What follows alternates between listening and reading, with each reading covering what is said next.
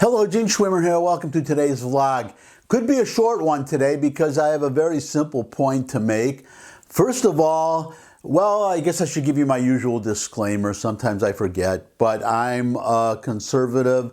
You should always keep that in mind when you evaluate whatever I say. So what I'm going to talk about today is, as you can see, I am not a young person, and that could be one reason why I don't have much of a circulation. I don't get many viewers, even though I've been doing this for at least a couple of years. I suspect it's because most of the vloggers out there are young. Either they're younger or they're doing other kinds of topics. Maybe there's some old people topics that are getting a lot of visits from old people. I'm really for everybody, but one reason why you younger people should be watching people like me, or watching me specifically, is because of my age. Precisely because of my age, I've lived through a lot of different situations, what they call the zeitgeist, the temper of the times. The 60s were, well, it seems to go by decade. The 60s were really crazy. Then there were the 70s, then the 80s, and the 90s. Some of you watching this, maybe most of you, were born in the 80s or even the 90s.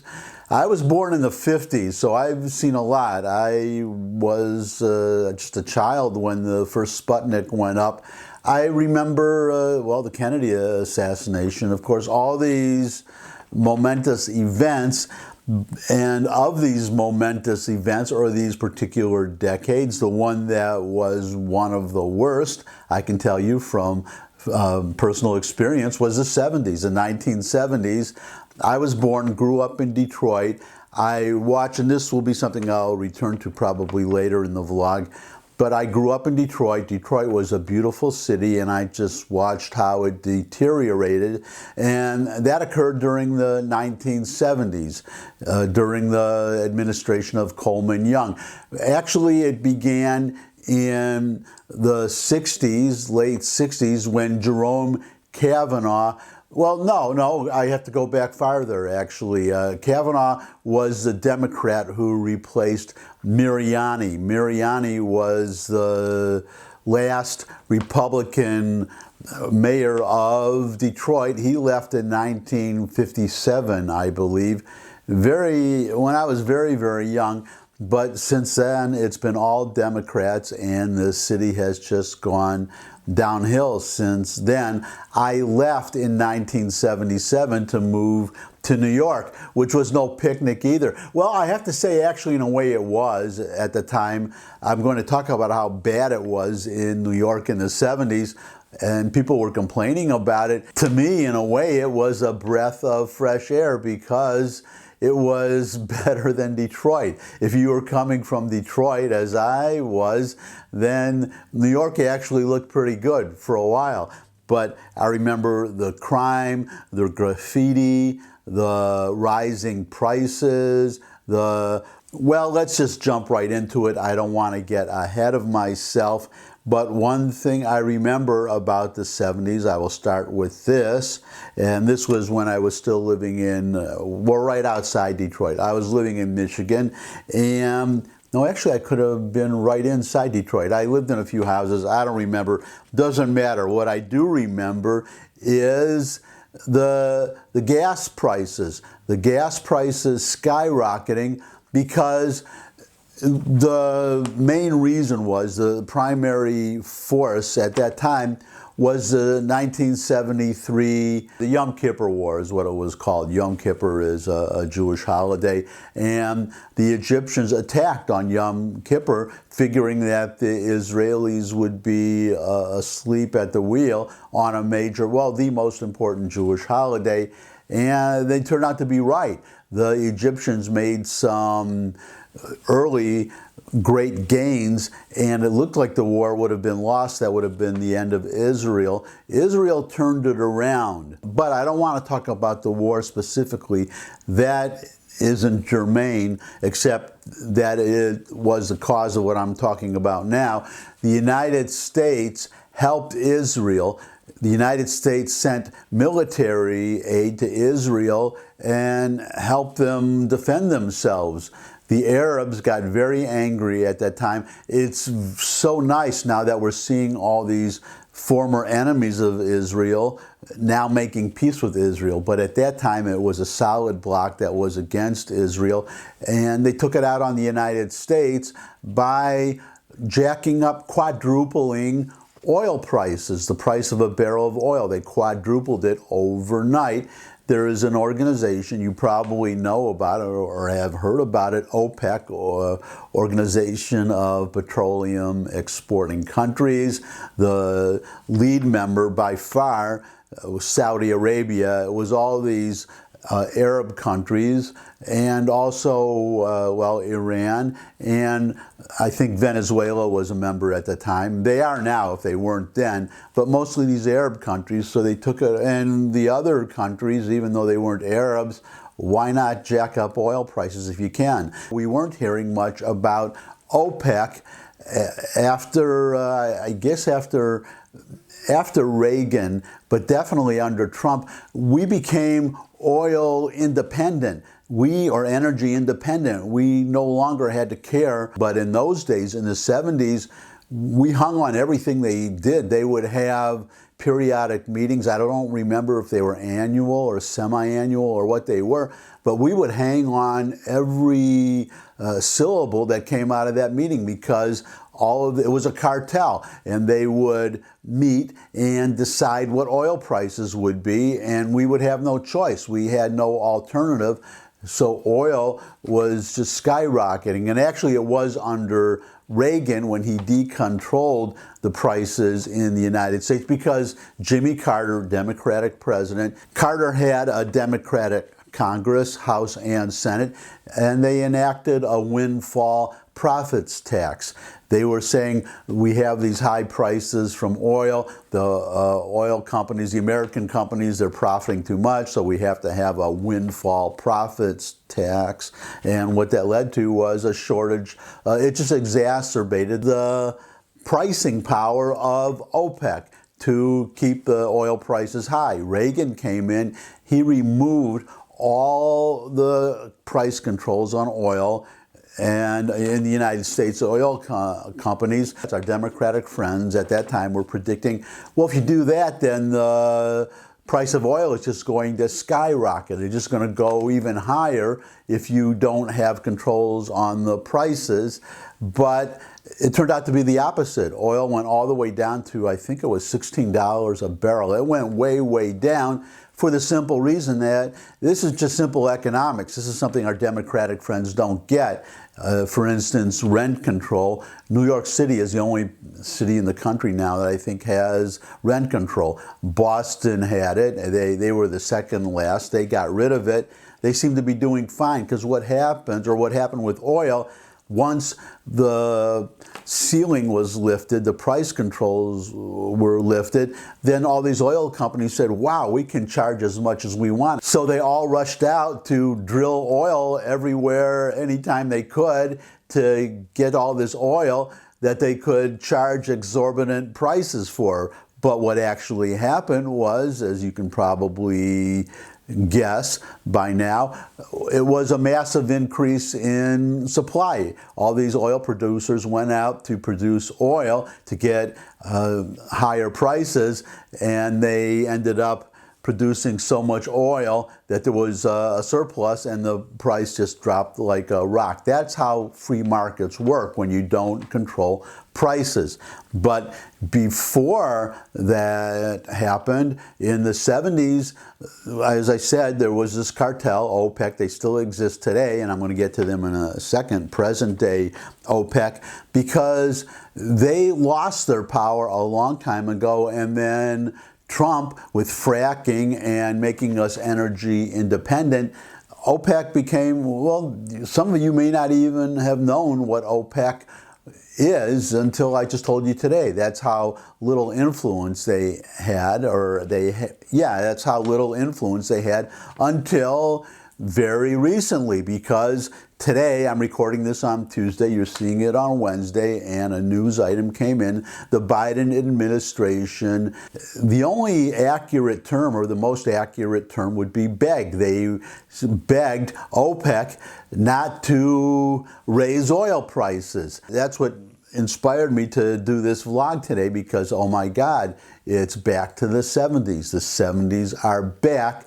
And this time it's because the Biden administration a court overruled them. They tried to cancel leases of federal land for oil drilling, but they shut down the Keystone XL pipeline, and they are now being sued to the tune of $15 billion for shutting it down. If the suit is successful, it is we, the taxpayers, who are going to be paying for this terrible policy of the Biden administration. And I don't know who the official was. Somebody from the Biden administration said that, well, because gas prices they're over $4 in some parts of the country, and they're saying, well, it's only temporary because we will have alternate sources of energy. In other words, solar power and all this garbage that they believe in. Their logic is somewhere down the line, at some mystical future point, there will be all this alternative energy and the prices will come down, and we just have to endure the higher prices. Whereas logic would say, at least to this conservative, you can develop your alternative energy at the same time as we remain energy independent with oil and fossil fuels. But they hate fossil fuels, and they want to force us into the alternative energy sources that they hope will be developed someday. They are limiting the supply, and they are artificially jacking up the price, just as they are on labor. You read every day all these fast food companies and other companies trying to get workers, and they don't want to come back to work because they're being paid more by the government not to work. And Biden just whispered, pay them more, pay them more. Well, yeah, in a free market, that makes sense. But in a situation where you're competing with a government that does not have to make a profit, then, well, you see how they're artificially jacking up wages too. Suppose, why not? I mean, if you follow that logic, why couldn't the government give people, I don't know, $30 an hour, and then just tell McDonald's, well, just pay them more than $30 an hour. Just pay them more. You can't compete with the federal government. So we're having these artificial manipulations of the marketplace, again, something that happened in the 1970s.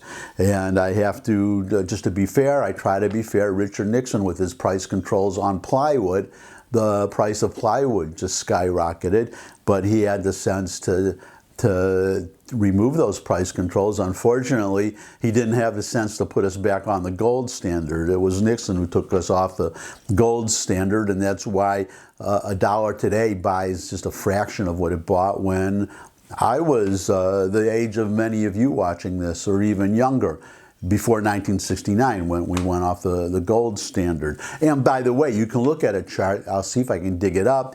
But this wealth gap between the richest and the poorest, it was about like that until 1973, until Nixon took us off the gold standard. And then the gap just got wider and wider and wider, and that's why the gap is so wide today.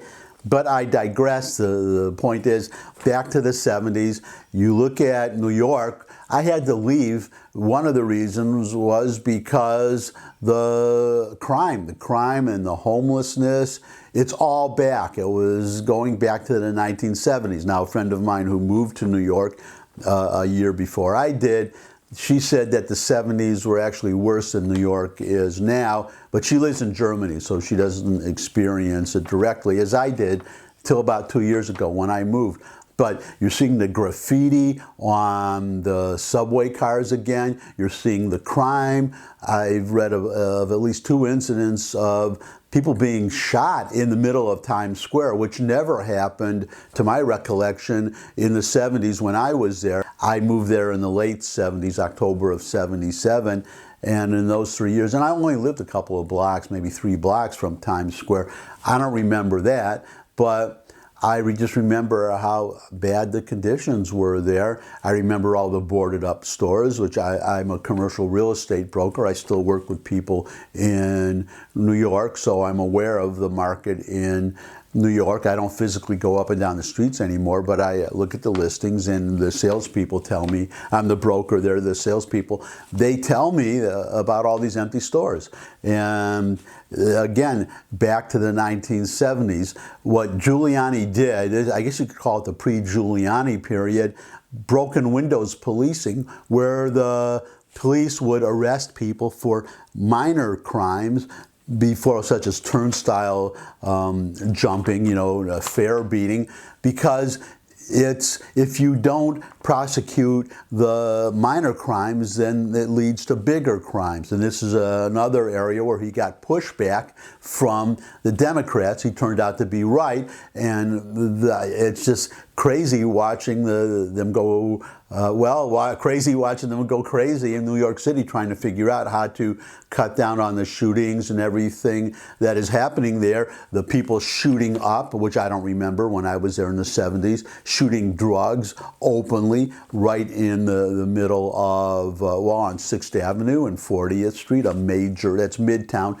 major business district, partying all night in Washington Square Park so that decent people can't use it, and people who live around the park can't sleep.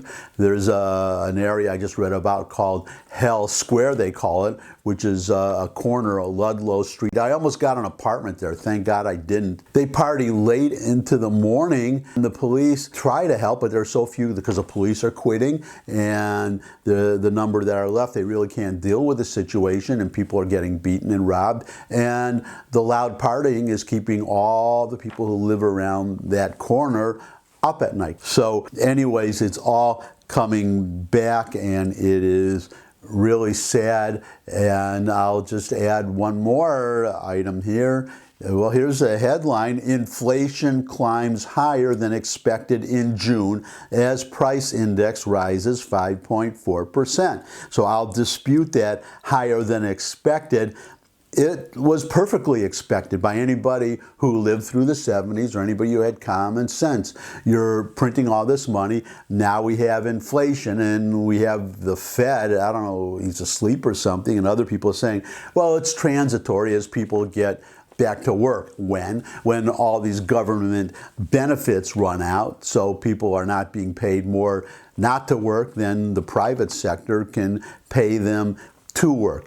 Being paid by the government not to work, then the private sector can pay them to work. Government created the problem, and now they're saying, well, as soon as this ends in September, then all the prices will come down. Well, they will not. They will not. Some will come down just as a matter of supply and demand.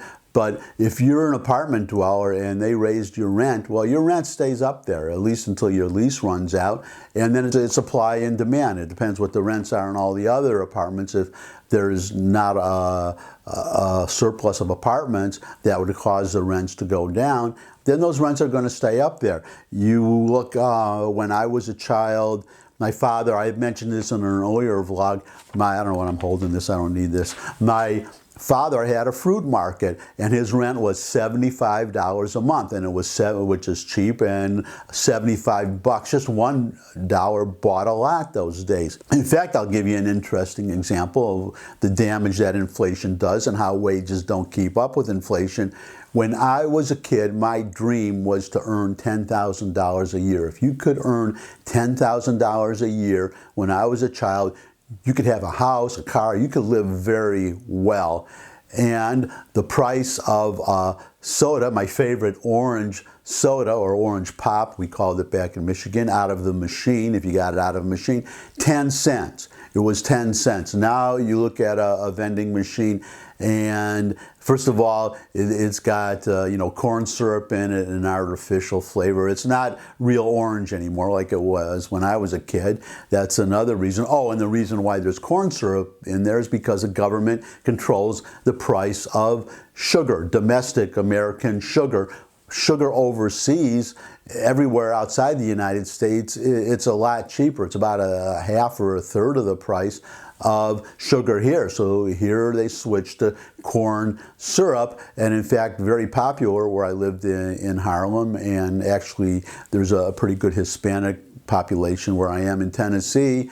You can get Mexican Coke. It costs a little bit more, but it's got real sugar in it, not corn syrup. But I'm getting a little off the track there. The point I'm making is that if soda out of a machine is 10 cents and a good salary is, well, if you're making $10,000 a year and a soda is 10 cents, that means that if the price of that soda goes up to $1, 10 times more, you have to earn 10 times more. So you have to earn $100,000 a year today to have a simple soda out of a vending machine feel the same to you, feel the same, have the same impact on your wallet as it did when I was a child, and 10,000 was a good salary and a soda was 10 cents. So you see what happens, the prices of things go up, inflation, but your wages do not keep up with it. And you also have to remember that if somebody gets, because I have a lot of food customers, so they they own delis and restaurants and things, so they buy their stuff wholesale, and then if the price is up, they have to raise their prices to the public, which they can do immediately. Shipment comes in, it costs 10% more, whatever, or 2% more, so they just raise their prices. But your salary will not go up every day or every week or whatever. It will stay the same for a year. And then if you get, which I got in the right before Reagan in the late 70s, early 80s, when I first moved to New York, late 77, we got cost of living increases. You had to have them, but they would be based on the percentage that the consumer price index went up the year before. So you'd get a raise, it would catch you up to the purchasing power of the year before, but not for the year ahead, because you would have to wait a whole year for a price increase, and that raise it just wouldn't keep up with the prices. And it looks like it's all happening again, because inflation is back, high crime is back, the oil prices are back, cartels are back, or OPEC, they're back in the driver's seat on oil. I worry. I really worry. I hope the American people come to their senses in 2022 and definitely 2024, because sum it all up, what you're seeing, everything I described is the result of liberal democratic governance. It's that simple. Or we'll just say liberal governance, because New York had a Republican mayor, John Lindsay, who was very liberal, even though a Republican, and these same problems occurred. So I'll just say liberal government. Doesn't matter, Detroit, New York, anywhere. And, well, one hopeful sign, I guess I'll end on this, Eric Adams, who won the mayor's race in New York. He won the primary, which in New York, if you're a Democrat, is the same as winning the election. He is promising to be tough on crime. We'll see what happens, but then we have to see what the economic policies are. But maybe that's a small sign that people are getting it. But who knows? Because I thought they got it when they elected Giuliani, because his predecessor, Dinkins, was just awful. And Dinkins' predecessor, well, yeah, I have to give him a C, I guess, Ed Koch. But before him, Abe Beame, I came in after, at the end of his administration. But he was no picnic. So let's just all pray. Let's just all pray that the American people come to their senses, and that we replace liberal governance that does not work with, well, look at Cuba. That's liberal governance on steroids, and good luck and Godspeed, Cuban people, by the way. And just hope that we replace liberal government with conservative government and keep it that way. And I hope I could get a thumbs up if you like this video. Share it with anybody you think would also like it. Got any comments? Comment section below the video where you can put questions, suggestions for future topics. You could subscribe. I love getting new subscribers. You could visit my other channels, my hot dog recipe channel, my original music channel. You could